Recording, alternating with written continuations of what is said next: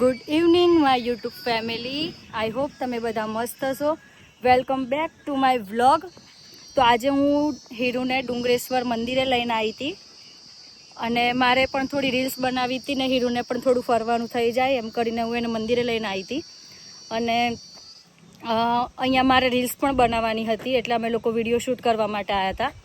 તો અહીંયા બેઠા છે બધા, પેલી બાજુ ધવલ બેઠા છે અને હવે અમે લોકો ઘરે જશું કેમ કે આજે ઘરે પાણીપુરીનો પ્રોગ્રામ છે.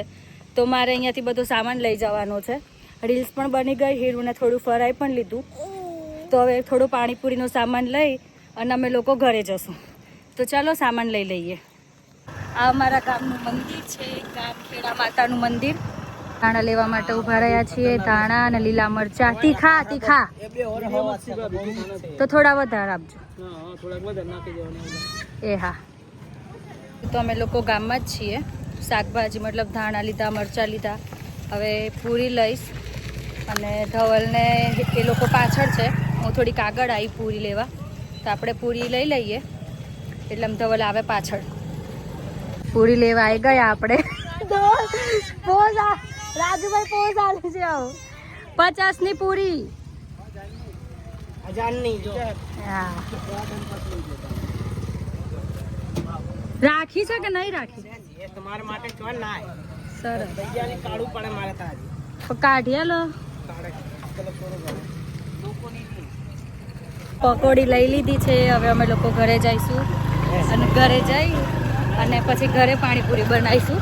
તો ચલો ફટાફટ ઘરે જઈએ કેમ કે બહુ લેટ થઈ ગયું છે. અમને લોકો મંદિરથી આવ્યા, થોડી વાર બજારમાં ઊભા પણ રહ્યા. તો મળીએ ઘરે જઈને. નામુખી અમારા વ્લોગમાં આવી ગયા છે સ્પેશિયલ. આ જુઓ તમે, જો ઘરે આવી ગયા. પાણી પી લઈએ અને પછી આગળ કામ ચાલુ કરીએ. અમારા ઘરમાં અમારા ખેતરની મસ્ત કેરી આવી છે. અહીંયા હું તમને બતાવું. અહીંયા આવો, અહીંયા આવો. જુઓ એકવાર નીચેનો નજારો તો દેખો. આટલી બધી કેરી આવી છે અને એ પણ અમારા ખેતરની ઘરની કેરી, દેશી કેરી. તો ચલો પાણી પી લઈએ ને પછી આગળ કામ ચાલુ કરીએ. આજે તો આપણે પાણીપુરી બનાવવાની છે. તો હું કઈ રીતે પાણીપુરી બનાવું છું ને આજે હું તમારા જોડે શેર કરીશ. તો જો તમારે પણ રેસીપી જોઈતી હોય તો મને કોમેન્ટમાં કહેજો ને. પાણી પર જ ના પડે. તો બટાકા અને ચણા બફાઈ ગયા છે. આપણે પાણીપુરી બનાવવા માટે રેડી થઈ ગયા છીએ. બટાકા અને ચણાનું આપણે કુકર ખોલી દઈએ. કુકર ગરમ છે. હવે એમાંથી હવા કાઢવી પડશે ત્યારે કુકર ખુલશે. ચીપિયો ચીપિયોથી